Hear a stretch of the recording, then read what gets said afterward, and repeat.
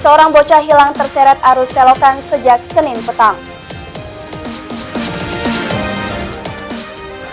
Ratusan penumpang selamat dari kebakaran kapal Mutiara Persada 3.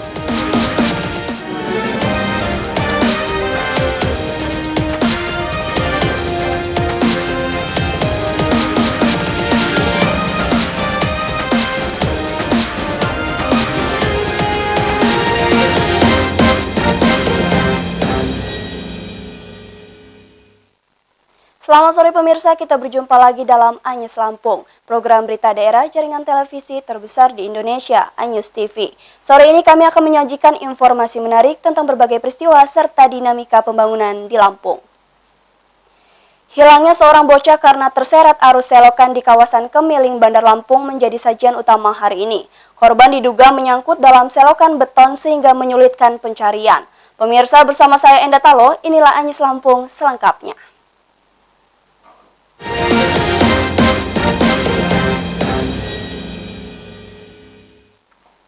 Pemirsa, seorang bocah berusia 7 tahun hilang terseret arus selokan di kawasan Pinang Jaya, Kecamatan Kemiling, Kota Bandar Lampung, Senin petang pukul 17.30. Sang bocah hanyut saat mandi hujan-hujanan. Petugas belum menemukan korban dalam pencarian hingga pagi tadi. Jadi kali jembatan itu bentuknya sih. Tim gabungan dari Basarnas dan BPBD Kota Bandar Lampung mencari bocah berusia 7 tahun bernama Rizky, putra pasangan Sudiman dan Nonia, warga Pinang Jaya, Kecamatan Kemiling, Bandar Lampung. Korban hanyut di selokan saat mandi hujan-hujanan bersama dengan 3 teman seusianya. Pencarian yang dilakukan sejak petang hingga tengah malam belum menemukan korban. Penyisiran petugas terhalang oleh sejumlah cor beton di sepanjang selokan. Korban diduga tersangkut, sementara kondisi selokan hingga sungai sangat gelap dan sempit.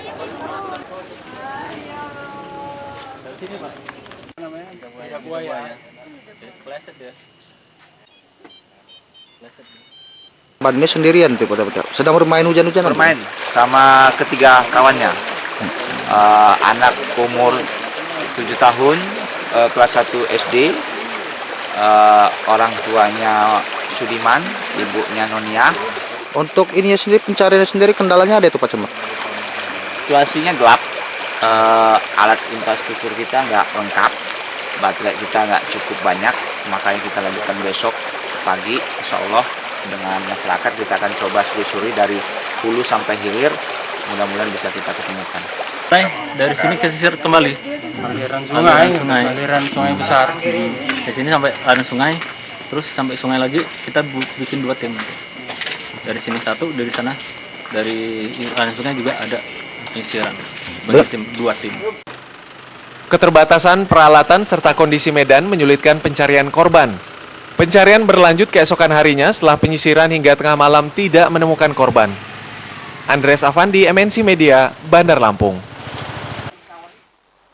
Pemirsa, kapal Mutiara Timur berhasil mengevakuasi penumpang dan awak kapal Mutiara Persada 3 ke Pelabuhan Panjang Senin petang. Kapal Mutiara Persada 3 terdampar 18 jam setelah terbakar di perairan Selat Sunda pada Minggu malam. Dari 116 penumpang, hanya seorang bayi dilarikan ke rumah sakit.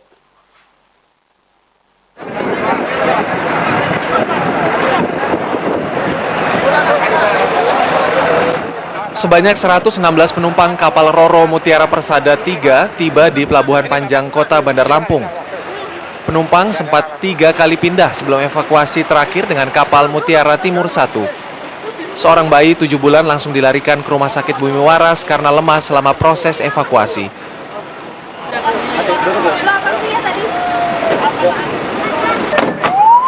Ayo Pak, jalan Pak.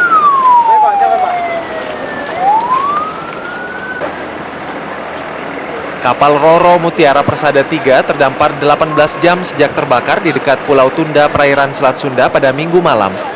Penumpang trauma atas kebakaran kapal jurusan Panjang Tanjung Priok, Jakarta tersebut. Kejadian jam berapa? Jam 10. Jam 10. Itu gimana Mas awalnya? Langsung rame, ada api apa gimana? Ada terbakar dari bawah. Dari bawah ya?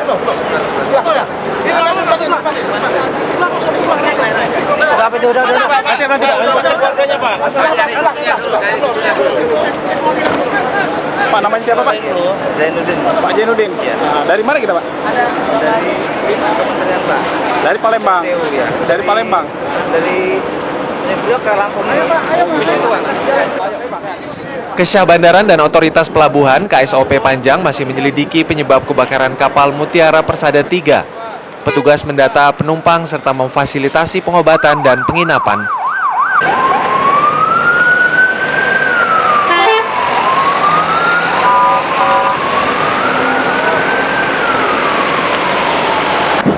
Ya pada prinsipnya sehat-sehat aja ya, nggak ada yang serius lah ya. Mungkin pada saat pemadaman ada sedikit kena pernapasan, nanti akan dibawa ke rumah sakit. Jadi ini mereka kita akan bawa ke rumah sakit. Kapal Mutiara Persada 3 masih terdampar di perairan Selat Sunda. Kapal akan ditarik ke Pelabuhan Panjang. Apalagi 65 mobil serta 4 sepeda motor penumpang belum dievakuasi. Andres Avandi, MNC Media, Bandar Lampung. Pemirsa, kita beralih ke topik lain. Gedung SMA Negeri Terusan Nunyai Lampung Tengah tidak layak untuk kegiatan belajar mengajar. 2 bangunan nyaris roboh karena konstruksi patah dan atapnya melengkung. Kondisi ini membahayakan siswa maupun guru. Dalamnya Pak, terus tak congkok Pak. Kalau nggak ditindaklanjuti ya kembangkan 21. Nah ini belum direhab-rehab. Ya, jangan. Kerusakan 2 ruang guru SMA Negeri Terusan Nunyai Lampung Tengah menimbulkan kekhawatiran guru maupun siswa. Bangunan terancam roboh karena konstruksi lapuk dan termakan usia. Sekolah memasang kayu penyangga sekadar menahan roboh. Kepala SMA Negeri Terusan Nunyai Andres Sinaga mengusulkan rehab sekolah sejak 3 tahun lalu. Usulan belum terrealisasi hingga sekarang. Sekolah berharap Pemprov Lampung membangun ruang baru. Sangat prihatin, ya sejak kami diangkat kepala sekolah tahun 2014, gedung ini sudah dibangun tahun 1991. Tapi nampaknya bantuan dari pemerintah belum nyampe ke sini Pak mungkin ya. Nah ini kami yang sangat mendesak adalah ruang guru ya, 2 lokal yang posisinya mau ambruk Pak. Kami sudah usul 3 kali tetapi tidak pernah mendapatkan bantuan. Kerusakan gedung sekolah diketahui tim pemantau ujian nasional SMA terdiri Dinas Pendidikan dan Dewan Pendidikan Lampung. Jadwal ujian berbasis komputer di SMA Lentera terlambat akibat gangguan teknis. Ternyata kendala di lapangan cukup kompleks. Jadi saya lihat yang pertama tadi masalah listrik. Ya bagi kepala sekolah yang kreatif itu bisa berusaha cari genset. Bagaimana supaya ini berjalan dengan baik. Jadi masalah PLN kendala utama. Terus yang kedua itu masalah setting. Jadi wadah waktunya mulai, ini ternyata programnya nggak jalan. Harus nunggu berjam-jam. Karena preventif sebelumnya itu nggak kurang. Mestinya sehari sebelumnya itu coba pas hari H jam berapa itu siap pakai. Keterlambatan jadwal ujian sebenarnya bisa diantisipasi. Sekolah disarankan menghidupkan seluruh komputer sebelum siswa masuk ruangan. Fajar Magetan, MNC Media, Bandar Lampung. Setelah jeda pariwara berikut, kami kembali dengan informasi lain, di antaranya harga gabah di Lampung Selatan anjlok karena sejak awal panen raya. Tetaplah bersama.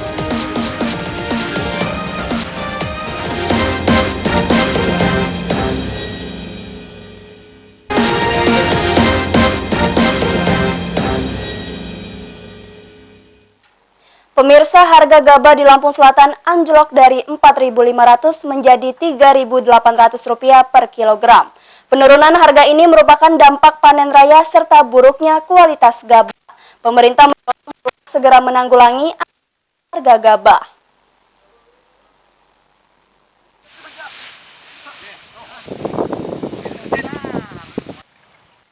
Sentra padi Lampung Selatan memasuki panen raya di Kecamatan Palas, Seragi, Ketapang, Sidomulyo, Candipuro, dan Penengahan. Stok padi melimpah berdampak pada penurunan harga gabah. Nilai gabah semakin anjlok karena kualitasnya yang buruk akibat terendam banjir.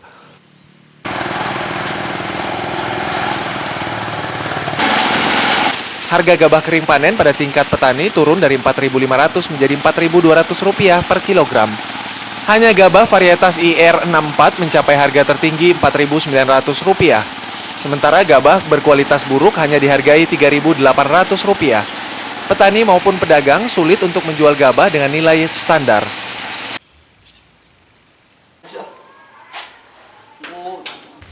Kayaknya sih kalau harga udah mentok-mentoknya segitu.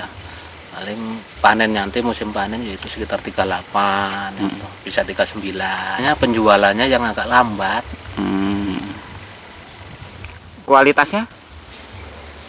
Kualitasnya kalau kualitas bagus juga lambat gitu. Apalagi kualitas istilahnya yang kurang bagus, malah sulit, kayaknya nggak laku. Anjloknya harga gabah selalu menjadi momok petani pada setiap panen raya. Gubernur Lampung Ridho Fikardo berjanji untuk mendorong Bulog segera menyerap gabah agar harga terkendali. Kejatuhan harga gabah berpotensi melemahkan ketahanan pangan. Stabilitas harga menjadi kebutuhan buat petani kita. Ini kita koordinasikan tentunya. Saya nggak pengen jangan sampai turunnya harga ini terus kemudian yang pertama adalah melemahkan ketahanan pangan kita karena petani kita kemudian mengalami kesulitan dan terjadi alih fungsi lahan. Bahayanya adalah di situ. Terus kemudian buat pemerintah provinsi kita melihat bahwa dengan melemahnya harga ini juga angka kemiskinan kita jadi naik. Itu yang kita juga nggak pengen. Kenapa? Angka kemiskinan itu cerminan bahwa kinerja pemerintah belum bisa menahan laju kemiskinan tadi, belum bisa katakanlah belum maksimal mensejahterakan masyarakatnya. Jadi dampak implikasinya panjang. Penyerapan gabah oleh Bulog Lampung menjadi kunci kestabilan harga gabah. Banyaknya petani yang menjual gabah kepada pedagang atau agen karena tidak perlu menanggung ongkos angkutan. Harga gabah biasanya ditetapkan secara sepihak. Heri Fulistiawan, MNC Media, Lampung Selatan. Pemirsa, serapan gabah petani atau sergap turun ke sentra panen raya padi Kabupaten Tulang Bawang. Tim gabungan TNI dan Bulog ini memborong gabah dengan harga minimal Rp3.700 per kilogram. Penyerapan gabah petani secara langsung dapat mencegah anjloknya harga.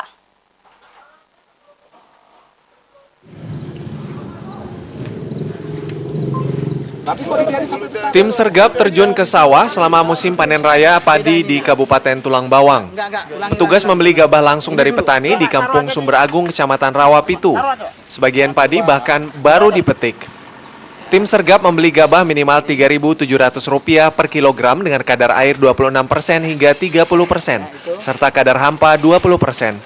Nilai ini sesuai dengan harga pembelian pemerintah. Oke, ini sekarang yang ini ya. Oke ya, ini Pak ya, pembayarannya. Oke, yang sana. Salaman dulu. Oke ya. Uangnya gini kan Pak, biar kelihatan Pak. Petani menikmati keuntungan atas kedatangan tim sergap. Mereka menikmati harga gabah dengan nilai tinggi. Petani biasanya mengeluhkan anjloknya harga gabah pada setiap musim panen raya. Tengkulak menentukan harga tertinggi hanya Rp3.400. Bagaimana tanggapan masyarakat? Ya, senang. Selama ini Pak? Ya, selama ini ya agak kurang. Setelah ini datang, petani merasa senang. Selama ini kesulitan petani apa sih Pak? Petani tentang pembuangan gabah ini. Pembuangan gabah, jalannya itu sulit, cari mobilnya itu sulit. Kalau untuk harga sendiri Pak biasanya berapa? Kalau masalah harga itu ya masih biasa-biasa aja. Pemerintah langsung menyerap gabah petani dengan target swasembada pangan. Petani tetap bergairah menanam padi karena menikmati hasil panen dengan harga yang menguntungkan. Stok pangan nasional pun terjamin mencukupi. Ini adalah tujuannya untuk menyerap gabah petani yang sekarang ada panen raya. Bulog, pertanian sama TNI turun ke lapangan untuk membeli gabah petani dengan minimal harga Rp3.700. Itu tujuan kita di sini. Sehingga petani kita mendapat keuntungan yang lebih. Mereka semakin mencintai profesinya sebagai petani. Dan tujuan lagi kita mencapai swasembada pangan. Tim sergap juga penggilingan padi untuk membeli beras dengan harga Rp7.300 per kilogram. Bulog menampung beras ini sebagai stok pangan Lampung dan konsumsi nasional. Supriyadi, MNC Media, Tulang Bawang. Pemirsa, awal musim panen padi Lampung Timur tidak merata. Kawasan Wajah dan Braja Selebah mengawali panen bertepatan harga mulai turun. Petani menanggung kerugian karena harga gabah turun dari Rp4.300 menjadi Rp3.800 per kilogram.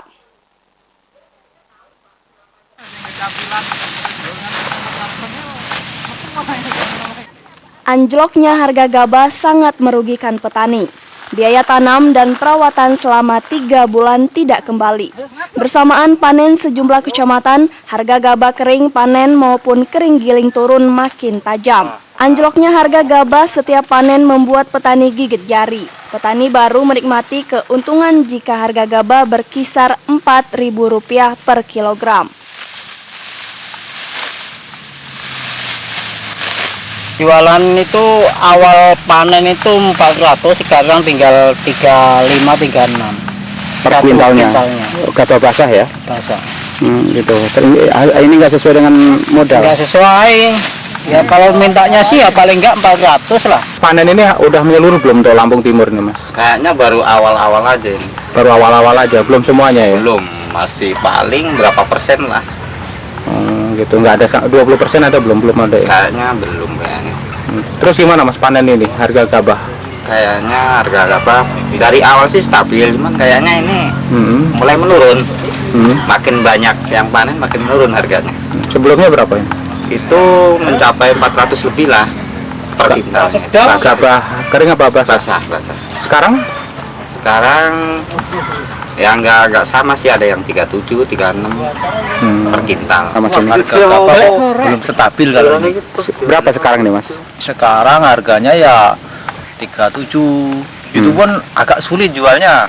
Gitu. Karena sekarang itu banyak bakul, cuman harganya cuman segitu. Gitu loh. Kok nggak sesuai dengan harga pupuk gitu loh. Pupuknya mahal.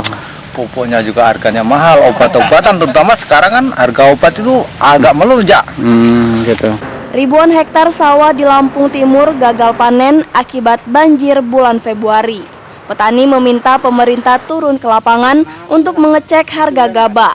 Petani selalu dihantui anjloknya harga gabah setiap musim panen. Supriyono, MNC Media, Lampung Timur.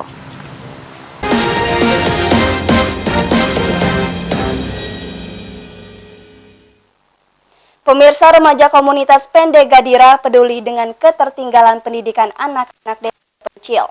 Mereka mengembangkan minat belajar dan membaca melalui perpustakaan mini.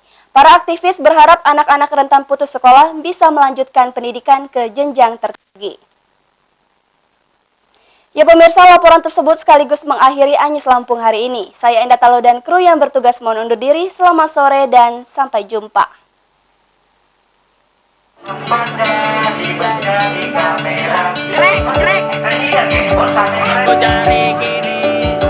Remaja komunitas Pende Gadira peduli pendidikan anak-anak desa terpencil. Para aktivis mengajak anak-anak rentan putus sekolah untuk bermain dan belajar bersama. Kegiatan ini berangkat dari keprihatinan atas ketertinggalan dunia pendidikan pada kawasan pesisir Teluk Lampung.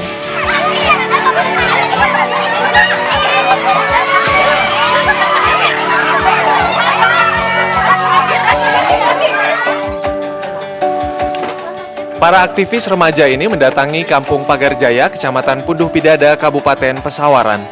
Mereka swadaya untuk mendirikan perpustakaan mini berisi buku pelajaran serta pengetahuan-pengetahuan umum. Perpustakaan ini mengundang minat baca anak-anak untuk giat belajar dan membaca bersama.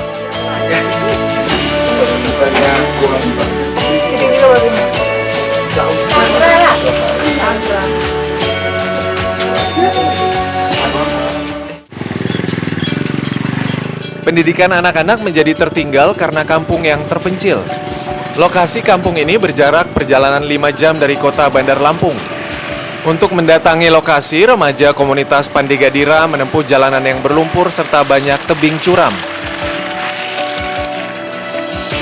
Yang kami harapkan dari adanya kegiatan yang kami bentuk selama ini adalah untuk lebih membuat anak-anak yang ada di desa Puduh Pidada ini lebih kreatif, lebih cakep, serta lebih mampu untuk melakukan sosialisasi terhadap orang banyak, serta lebih bersemangat lagi untuk bersekolah lebih tinggi lagi. Aktivis remaja ini juga menyalurkan bantuan berupa peralatan sekolah dan pakaian bekas. Kegiatan ini dibarengi dengan sosialisasi akan pentingnya pendidikan kepada orang tua. Anak-anak di daerah terpencil diharapkan dapat bersekolah hingga jenjang pendidikan tertinggi.